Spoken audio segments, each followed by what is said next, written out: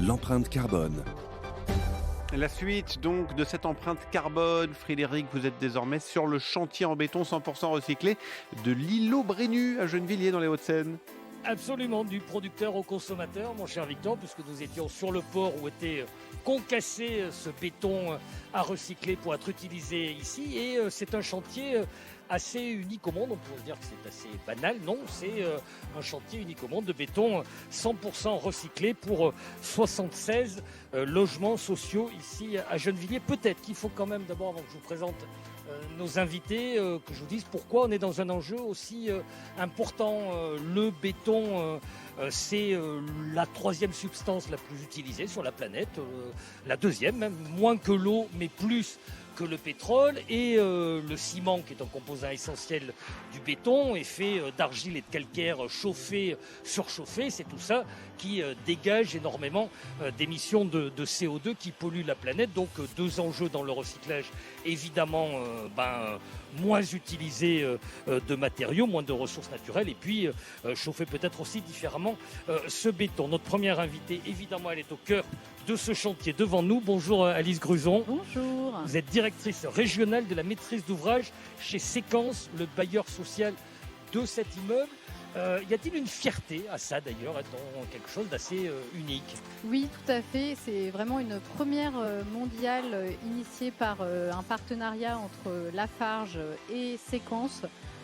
Première mondiale pour une opération en 100% béton recyclé.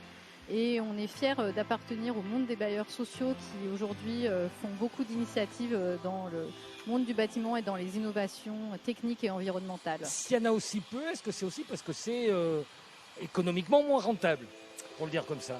Alors, il y en a peu parce que c'est une expérimentation. Ça a un coût de fabriquer ce béton recyclé.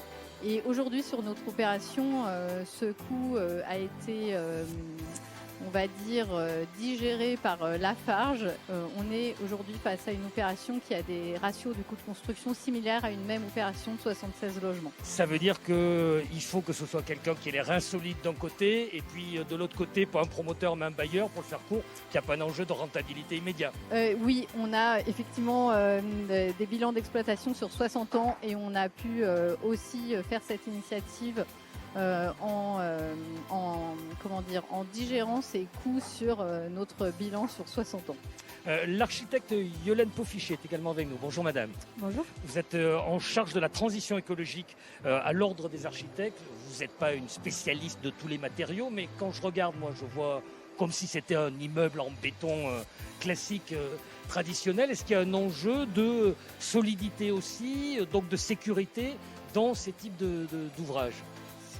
Alors bien sûr, on a une initiative ici toute nouvelle en utilisant du béton recyclé, et donc il va bien falloir se rendre compte, en tout cas expérimenter pour savoir si les murs vont tenir, si le plancher va pouvoir résister au poids de l'usage de ce bâtiment, si les fondations peuvent aussi tenir.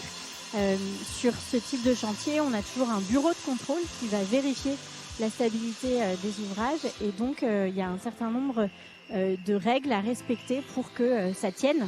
Mais on peut quand même saluer le fait que, issu de démolition, on a réutilisé du béton, des émissions de carbone qui ont déjà été émises par l'élaboration de ces matériaux dans une première vie. Et donc là, le réutiliser dans une deuxième vie, ça fait partie des pratiques d'innovation qu'on peut saluer aujourd'hui. Alice Gruson, c'est quoi? C'est du moins 20, moins de 30%, moins de 40% par rapport Alors, à... aujourd'hui, il faut savoir qu'avec ce bâtiment, le béton recyclé n'a pas d'incidence sur les charges et les consommations des locataires, mais plutôt sur tout ce qui est énergie grise. Donc pour fabriquer le bâtiment, puisque vous l'avez dit, le béton est très énergivore. Le ciment notamment, dans la fabrication. C'est aussi dans le cadre de la nouvelle réglementation environnementale 2020, puisque tout ce qui est impact carbone va désormais rentrer dans la nouvelle réglementation, ce qui n'était pas le cas jusqu'à présent. Après, voilà, on va pas se mentir, on aura largement le temps d'en parler d'ici 14h. Yolande Pocichet, peut-être faut-il se dire, le tout béton, on va essayer de passer à autre chose aussi, qu'il soit recyclé, pas recyclé. Ah bah bien sûr, mais il y a énormément d'initiatives positives qui existent, dont on pourra effectivement reparler tout à l'heure. Peut-être en préambule dire que l'Ordre des architectes, l'ensemble des élus a écrit un plaidoyer lors des élections présidentielles avec comme sujet l'architecture comme solution autour de l'habitat de nos villes et de nos territoires, et que dans ce plaidoyer, on a développé 5 axes, et notamment sur la décarbonation de l'acte de construire. Et donc ça, on pourra peut-être le développer après. Bien sûr, parce que, et là aussi, il y a sans doute un enjeu économique, ce qui me donne l'occasion de présenter notre troisième invité, Charlotte Picard, bonjour. Oui, bonjour. Vous êtes en voisine, vous en êtes dans les Hauts-de-Seine, mais frontière Seine-Saint-Denis, ici à Gennevilliers. Vous venez de Rosny-sous-Bois, ville de Seine-Saint-Denis. Vous êtes directrice adjointe chargée de la recherche et l'innovation à la mairie. On va parler de tout ce que vous faites, on aura largement le temps, des écoles en paille, en bois, en terre crue, plusieurs chantiers. L'argument économique qui compte aussi de la même manière que sans doute qu'un bailleur social plutôt qu'un promoteur pour faire ça ici, pour lancer ces chantiers chez vous, peut-être plutôt des mairies que du privé. C'est pas du tout le même axe de réflexion pour nous. On n'est pas du tout dans le même monde, entre guillemets. Nous, on doit dépenser l'argent public du mieux possible. Donc, on va prendre en compte des externalités qui ne sont pas forcément prises en compte par les marchés classiques de construction. C'est-à-dire le social aussi. Tout à fait. La provenance des matériaux, les personnes qui ont fait pousser nos matériaux, le social, les personnes qui vont travailler sur les chantiers, qui travaillent à la transformation, au transport des matériaux. On va regarder un spectre beaucoup plus large qui n'est pas chiffré d'habitude. Et puis pour nous aussi, comme on construit pour notre propre ville, on va s'intéresser à l'entretien de ces bâtiments sur les 50 années à venir. C'est ça, en sachant... Et les économies qu'on va créer grâce à une conception assez particulière et poussée en termes de réponse au changement climatique. Ouais, et en sachant que les bénéfices, ils seront à 1 ou 2 générations, mais que c'est de ça dont il faut se préoccuper aujourd'hui. On a déjà des bénéfices aujourd'hui sur la facture énergétique, et évidemment pour les générations futures, ils seront encore plus nombreux. Allez, on aura le temps de détailler largement tout cela d'ici 14h. Victor Maté, vous allez nous dire le temps qu'il fait, non, bientôt? Ouais, exactement, la météo, l'info, et puis on revient vers vous, Frédéric Carbone. Allez, à tout de suite. Allez, à tout de suite. France Info Météo, avec le CIC Entreprise à Mission. Répondre au coût de la vie étudiante en aidant les jeunes à financer leurs études supérieures, c'est ça construire pour que le monde bouge. Le temps, Élodie Calac. La douceur persiste, petite baisse au nord, mais les températures sont encore 3 à 6 degrés au-dessus des moyennes de saison. Comptez 11 à 15 degrés sur le littoral de la Manche, 17 à 21 degrés sur le reste de la moitié nord, 19 à 24 au sud. Côté ciel, c'est encombré de la pointe bretonne au nord-Pas-de-Calais, mais partout ailleurs, c'est ensoleillé. Un soleil franc de l'Aquitaine au sud des Alpes et en Corse, avec un peu de vent vers la Côte d'Azur. Quelques passages nuageux plus au nord, ils sont un peu plus présents sur les massifs, avec parfois une averse, voire un coup de tonnerre sur le nord des Alpes et l'est des Pyrénées. Demain, encore du soleil après les grisailles fréquentes du matin, de la douceur, mais ça va changer par le nord, retour d'un temps perturbé et plus frais près de la Manche. La baisse des températures se poursuivra samedi et des giboulées circuleront sur les régions du nord. Merci d'écouter France Info, il est 13h30.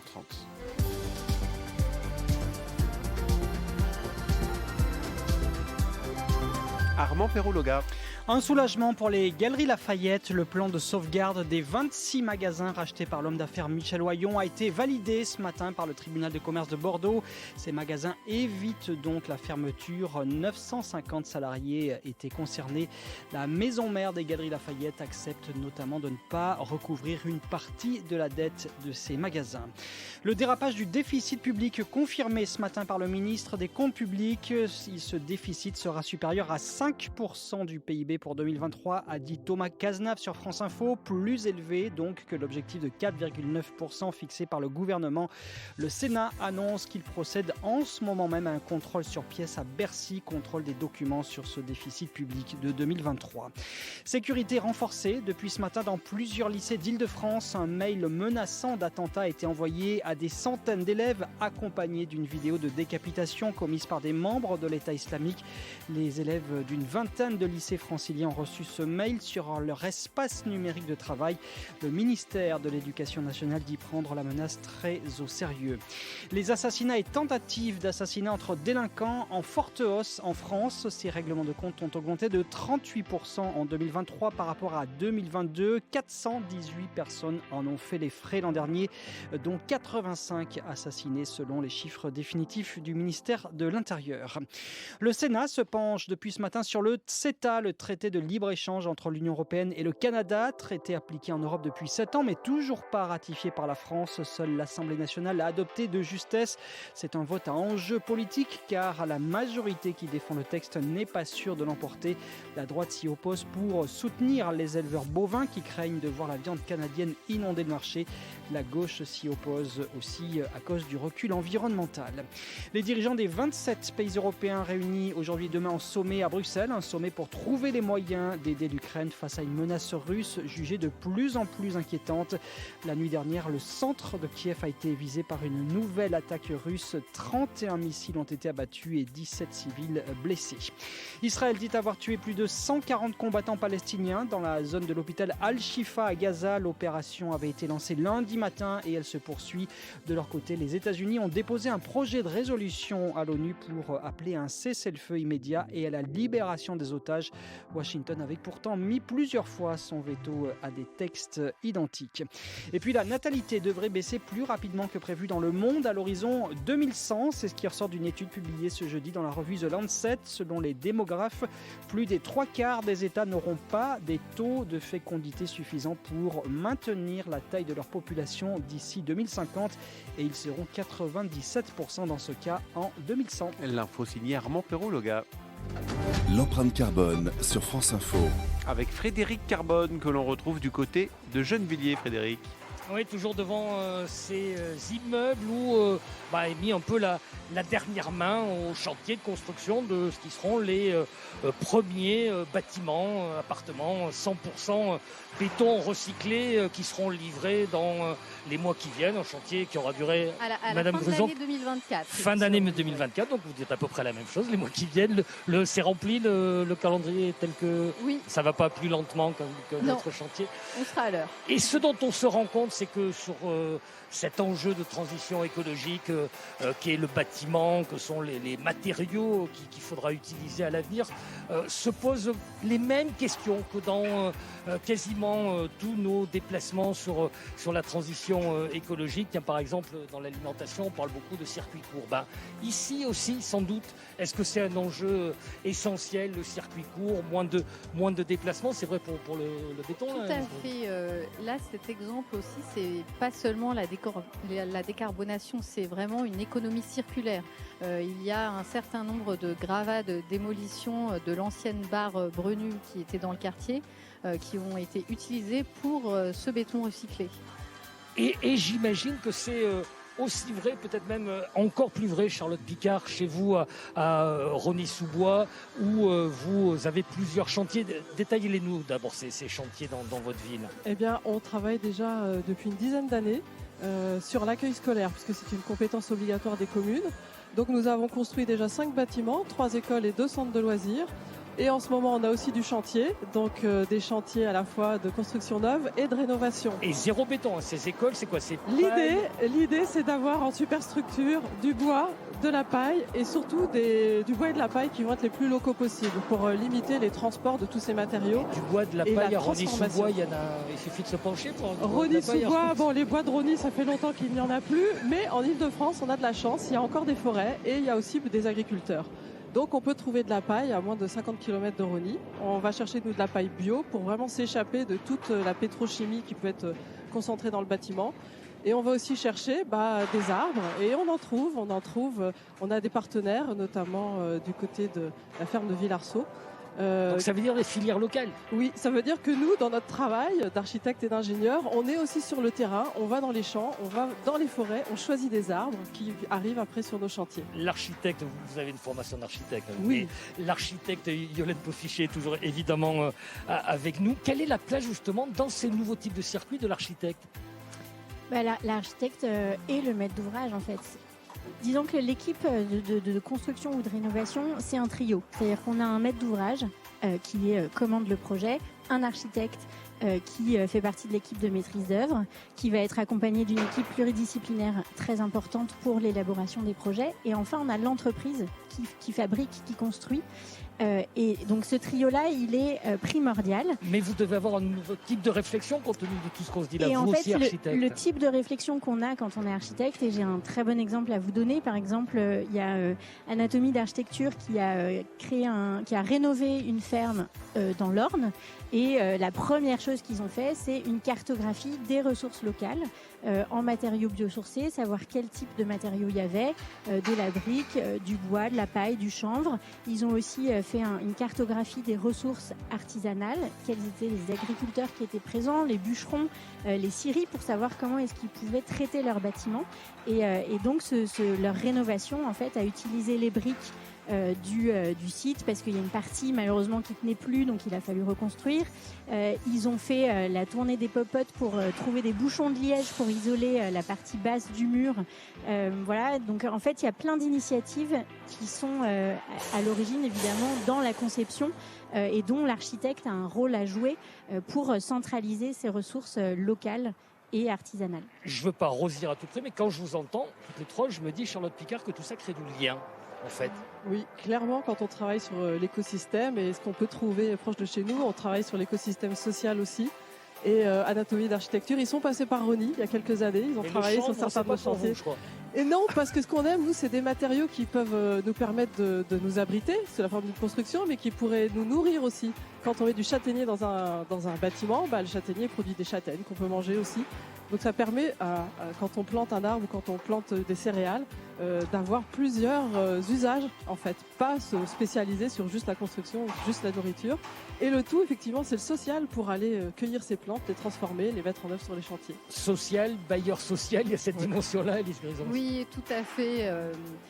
Moi, je pense qu'aujourd'hui, une construction, un projet réussi, c'est un partenariat réussi entre un jeu d'acteurs avec des prescriptions, mais aussi une envie, des propositions, de la maîtrise d'œuvre, on l'a dit, des partenariats locaux, des collectivités. Et quoi de mieux qu'un bailleur social qui aura une vision patrimoniale à long terme, justement, et aussi de la vie qu'il va y avoir à l'intérieur des bâtiments. Mais vous le dites en même temps, vous le reconnaissez, il faut aujourd'hui, dans les maîtres d'œuvre, les reins solides, il faut vous aussi admettre que la rentabilité, elle n'est pas pour demain. Donc il y a quelque chose à enclencher pour que tout cela ne reste pas minoritaire, sinon marginal. Oui, il faut quoi? Il faut le codifier, il faut le... C'est ce que j'allais vous dire, c'est que ça commence déjà à être codifié avec les nouvelles réglementations imposées par l'État, par les PLU aussi au niveau local. La ville de Paris a un PLU bioclimatique en préparation. Plan de logement et d'urbanisme. Oui, PLU, tout à fait, excusez-moi. Et également des initiatives par les différents acteurs, promoteurs et bailleurs sociaux qui sont souvent en avance sur les promoteurs qui ont une logique plus de rentabilité à la différence des bailleurs. Oui, donc embarquer tout le monde. Et puisqu'on parlait de circuit court, ça veut dire aussi que chaque réponse, sans doute, elle est spécifique. Il n'y a pas un modèle unique à appliquer ici ou là. On va en parler après votre fil info. Armand Perrologa à 13h40. Le traité de libre-échange avec le Canada en débat depuis ce matin au Sénat. Le dossier a été mis à l'ordre du jour par les oppositions qui dénoncent ce traité appliqué depuis 7 ans en Europe mais jamais ratifié par la France. Les éleveurs français le rejettent aussi. Le Sénat qui effectue actuellement un contrôle sur pièces à Bercy, contrôle des documents sur le déficit public de 2023. Il sera supérieur à 5% du PIB, a dit ce matin sur France Info le ministre des Comptes publics au lieu des 4,9% attendus. Le soulagement pour les 26 magasins Galeries Lafayette de province rachetés ces dernières années par Michel Oyon. Le tribunal de commerce de Bordeaux donne son feu vert au plan de sauvegarde. 950 emplois étaient en jeu. Des alertes à la bombe en série dans une vingtaine de lycées d'Île-de-France. La sécurité a été renforcée après des menaces d'attaque lancées par un individu qui se réclame du groupe État islamique. Il a envoyé des messages à des centaines d'élèves en piratant leur espace numérique de travail.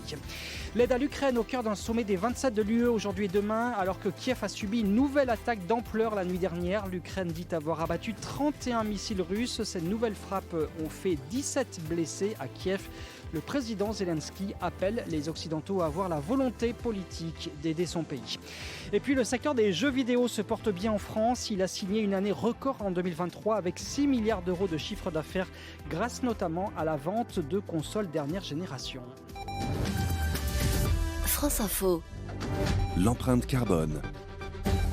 Et jusqu'à 14h, donc le studio de France Info s'installe sur ce chantier de ce qui sera à la fin de l'année le premier immeuble d'habitation, logements sociaux, 100% béton recyclé ici à Gennevilliers dans les Hauts-de-Seine. Et vous l'avez compris avec nos interlocuteurs, les initiatives elles sont éparses.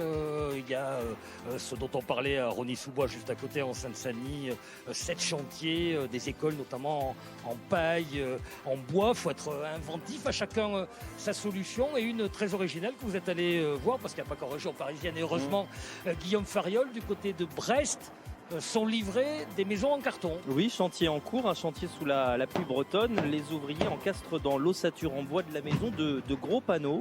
C'est vraiment du carton d'emballage. Fierté de Cédric Rocher qui supervise ce chantier. C'est une succession de couches de carton. Il y a une membrane de protection qui rend étanche le carton. On choisit l'épaisseur du carton en fonction de l'isolance qu'on souhaite. Mon collègue, là, il coupe des blocs de carton pour pouvoir les insérer dans le sol pour isoler le sol. Donc le plancher, il est entièrement isolé en carton. Comme les murs et comme le toit, construction zéro béton même pour les fondations. Vous voyez, on est posé sur des pieux métalliques qui sont vissés dans le sol. Sous les maisons, c'est que de la terre. Ce qui ne fragilise en aucun cas cette structure. Le chantier a même résisté à la tempête Kiran. Si vous regardez, il y a le parc qui est un peu plus loin où tous les arbres se sont couchés. Nous, on est quand même plein ouest à la façade du bâtiment, ça n'a pas bougé. De la façon que sont faites les alvéoles du carton font que ça crée une rigidité. Et une forte isolation, mieux que la classique laine de verre, le tout avec une empreinte carbone nettement réduite. Alain Marbeuf, patron d'IPAC basé à Nantes et le créateur de ces panneaux en carton. On a des produits qui sont entièrement issus du recyclage du papier carton. Une fois qu'on a élaboré cette feuille de papier, on va en faire du carton ondulé. Les ondulations sont collées les unes aux autres avec de l'amidon de blé. Donc on est sur un produit plutôt propre et sain. Si on faisait une comparaison aujourd'hui avec ce qu'on appelle la construction conventionnelle, on est à 72% d'économie de CO2. L'office HLM de Brest a commandé pour l'instant 6 de ces maisons. Le carton est en expérimentation, explique son directeur Georges Bellour. On va attendre de voir comment il se comporte dans le temps, même si on sait qu'il y a une expérience qui existe sur Belle-Île-en-Mer depuis 10 ans. Et il n'y a pas eu de sinistre ni de problématiques particulières. Évidemment, si c'est concluant, il n'y a pas de raison qu'on ne reproduise pas. Surtout vu le coût de ces constructions comparables aux chantiers traditionnels, devenus plus coûteux depuis l'explosion des prix du béton ou de l'acier. Ouais, des contraintes parfois qui peuvent créer des cercles vertueux, espérons-le. Ce qui était très intéressant dans votre reportage, Guillaume Fariol aussi, c'est ce qu'on entendait, cet élu, je crois, disant il y a eu la tempête Kiran qui est passée sur Brest et ça a plutôt mieux résisté que d'autres bâtiments. Est-ce que ça, Yolène Poffichet, vous qui êtes en charge de la transition écologique à l'ordre des architectes, c'est aussi un des enjeux, peut-être aller contre des a priori, si c'est pas du béton, ça sera moins solide. C'est sans doute des choses qu'on entend ou qu'on peut dire. Je peux vous parler des 3 petits cochons ou pas? Non, mais non, vous n'avez pas le droit. Surtout pas, justement. Interdit. Non, mais en fait, je pense qu'il faut avoir confiance aussi dans les matériaux. Alors là, on parle de carton, mais tout à l'heure, on parlait de la paille ou du chanvre. C'est des matériaux ancestraux qu'on a déjà mis en œuvre il y a de nombreuses années. Donc en fait, aujourd'hui, il faut juste réapprendre à utiliser ces matériaux. Ils ont quand même une énorme vertu, c'est qu'ils viennent de la terre. C'est des matériaux qui sont biosourcés, géosourcés. Donc il y a un cycle où ils repoussent en fait. Donc ça, c'est hyper important. C'est des matériaux qui sont naturels. Et du coup qui contribue aussi à favoriser la santé dans le bâtiment. C'est-à-dire qu'il ne faut pas oublier aussi la qualité de l'air du bâtiment, et ces matériaux qui sont issus biosourcés ou géosourcés, mine de rien, ils favorisent aussi la qualité de l'air dans les bâtiments.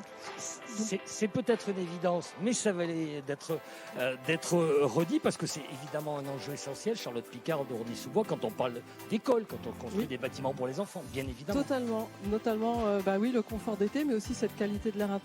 Et quand à l'intérieur, on a des enduits en terre crue qui vont permettre de réguler l'hygrothermie.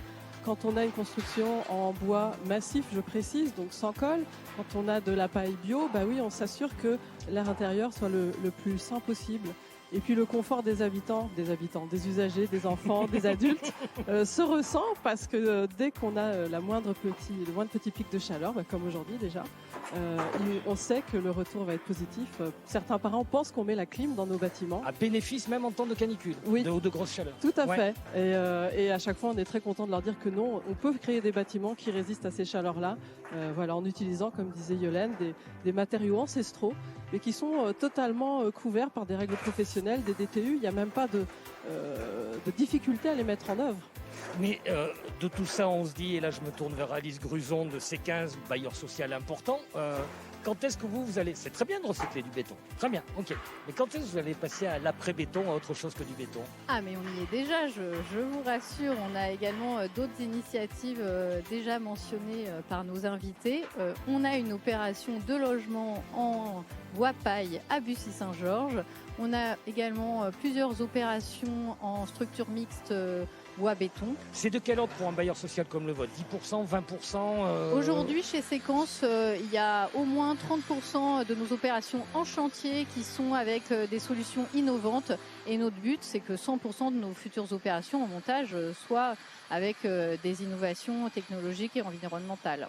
Yolène Poffichier, on pourra se passer de béton un jour, demain, après-demain, après-après-demain. Est-ce que c'est souhaitable déjà? En fait, on aimerait bien. Disons que on a parlé des ressources. Évidemment, le sable est une ressource qui se raréfie et les besoins en eau, pareil.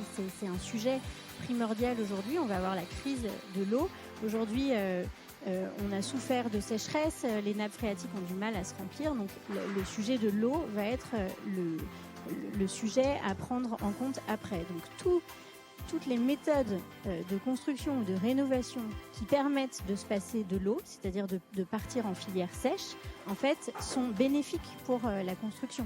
Ça va dans le bon sens. Il y a les ressources, évidemment. Il y a les solutions possibles. Est-ce que, Charlotte Picard, quand une mairie comme la vôtre envisage ce genre de projet, il y a automatiquement les compétences? Autrement dit, est-ce qu'on sait vers qui se tourner pour ça? Est-ce que les filières, elles existent déjà? On fait le même travail finalement que pour les filières bois ou paille. On fait un travail sur les filières et on va à la rencontre des entreprises locales, des entreprises du territoire un peu plus large de Seine-Saint-Denis, d'Île-de-France, pour identifier l'envie, les compétences. Et on n'hésite pas après à accompagner ces entreprises. Sur les chantiers, on est très présent. On est là quasiment tous les jours. On est formé pour ces techniques-là.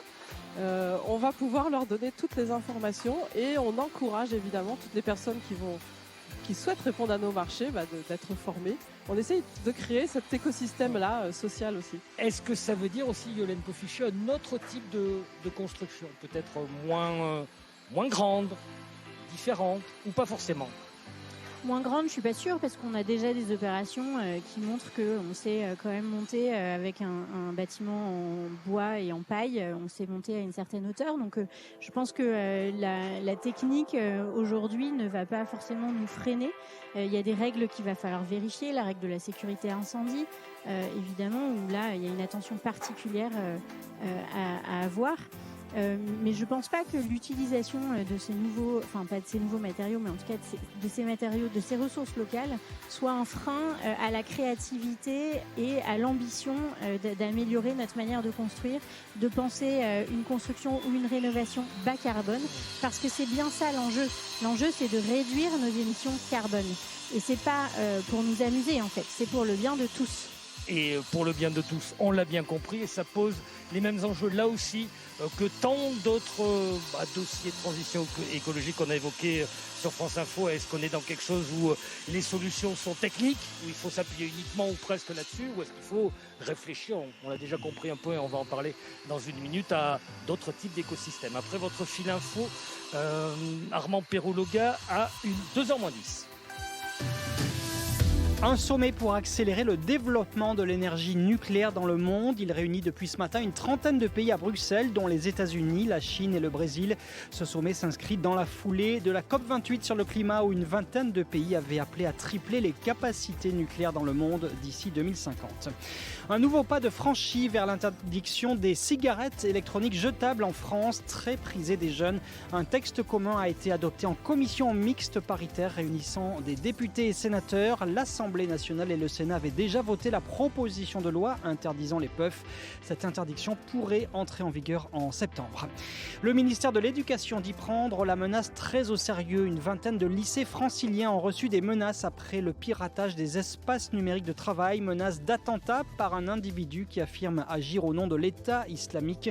La région Île-de-France a mobilisé ses brigades régionales de sécurité pour aider les forces de police à lever les doutes. L'armée israélienne dit avoir tué plus de 140 combattants palestiniens dans la zone de l'hôpital Al-Shifa de Gaza. Elle poursuit son offensive depuis lundi. Les États-Unis, eux, demandent un cessez-le-feu immédiat dans la bande de Gaza. Ils viennent de déposer un projet de résolution au Conseil de sécurité de l'ONU. Et puis, deux nouvelles grosses commandes pour Airbus. L'avionneur européen a signé un contrat pour livrer 32 avions à Japan Airlines et pour livrer 33 A350 à Korean Air. France Info. L'empreinte carbone.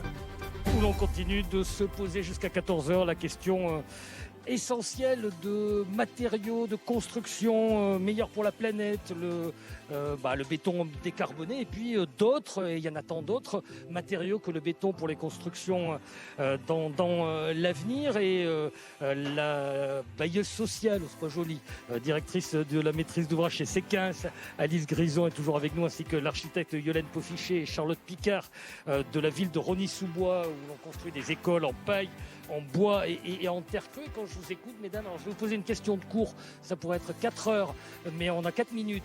Mais elle est essentielle. Je me dis que ce que vous posez en fait quand on parle d'écosystème nouveau ou autre, c'est habiter le monde autant qu'habiter sa maison. Qui commence ? Est-ce qu'il faut mieux habiter le monde que penser uniquement habiter sa maison ? Habiter le monde, oui, définitivement. La recherche à Rosny-sous-Bois que nous menons, c'est pour aller vers plus de vivants, vers un écosystème qui se régénère pour tout le monde, pour les personnes et évidemment les animaux, la nature qui pousse, etc. Donc oui, quand on construit à Rosny-sous-Bois, on pense au monde et à la façon dont il peut continuer à exister pour les générations à venir. Yolène Poffichet. Habiter le monde, finalement, c'est habiter chez soi aussi, puisqu'on habite tous sur la planète. Est-ce qu'on n'a pas un peu séparé les deux ? C'est ça que je veux dire. Est-ce qu'on l'a pas un peu fait ? C'est-à-dire que voilà, notre contexte, il est là, et en fait, c'est pas parce qu'on se retrouve dans un chez-soi que finalement on n'habite pas le monde. Et finalement, réfléchir son habitat, l'endroit où on va à l'école, etc., en ayant recours à ses ressources locales et en pensant un habitat sain, bien pensé, avec une ventilation. On n'a pas parlé de ventilation tout à l'heure, mais la ventilation naturelle, plutôt que de mettre... on a dit qu'il n'y avait pas besoin de climatisation dans les écoles, voilà, quand il y avait justement, du bois et de la paille. J'y reviens. Penser la ventilation naturelle des bâtiments, aujourd'hui, c'est pas un réflexe. Et ça devrait l'être, parce qu'en réalité, avoir moins de systèmes, c'est aussi contribuer à une construction ou une rénovation décarbonée. Et ça va aussi dans le bon sens. C'est-à-dire que moins de systèmes, des matériaux plus vertueux, une conception bioclimatique en lien avec son environnement, ça va dans le bon sens d'habiter le monde. Alice Grison a eu le temps de réfléchir. Moi, forcément, en tant que bailleur social, je vais vous dire qu'une des choses essentielles de notre mission, c'est d'aider les locataires et les habitants à habiter leur maison, à vivre leurs nouveaux équipements, leurs nouveaux modes d'habiter, de construction. Là, on vous a posé par exemple des questions. Est-ce qu'il y a des gens qui vous ont dit si c'est pas du béton traditionnel, est-ce que ça sera aussi bien ? Est-ce que vous avez eu à répondre à ce genre d'interrogation ? Pas encore, mais on pourrait parce que nos habitants ils percent les murs. Donc il faut aussi qu'on leur explique quand on est face à des façades en bois qu'ils ne pourront pas habiter leur logement de la même manière. Charlotte Picard, embarquer les habitants, c'est essentiel. Évidemment. Oui, il faut absolument embarquer les enfants et les habitants des quartiers pour qu'ils comprennent la démarche, pour qu'ils soient sensibilisés et puis pour qu'ils entretiennent leurs bâtiments et ils prennent soin. Et donc on emmène souvent les enfants pour faire des activités, soit fabriquer des petites briques de terre crue. On les emmène en forêt aussi pour leur montrer l'arbre avant qu'ils soient dans le bâtiment. Et puis pour les adultes, on leur fait aussi faire des petits chantiers participatifs autour de nos constructions.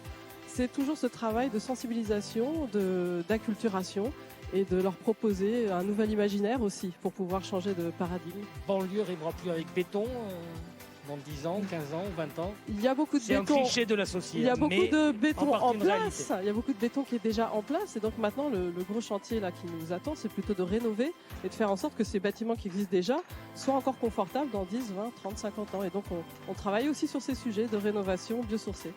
Vous vouliez rajouter quelque chose, Violaine Cossy ? Oui, parce que je réagis sur l'architecture qui existe déjà, les bâtiments qui existent déjà. En fait, tous ces mètres carrés qui ont déjà été construits, ils ont déjà émis du carbone.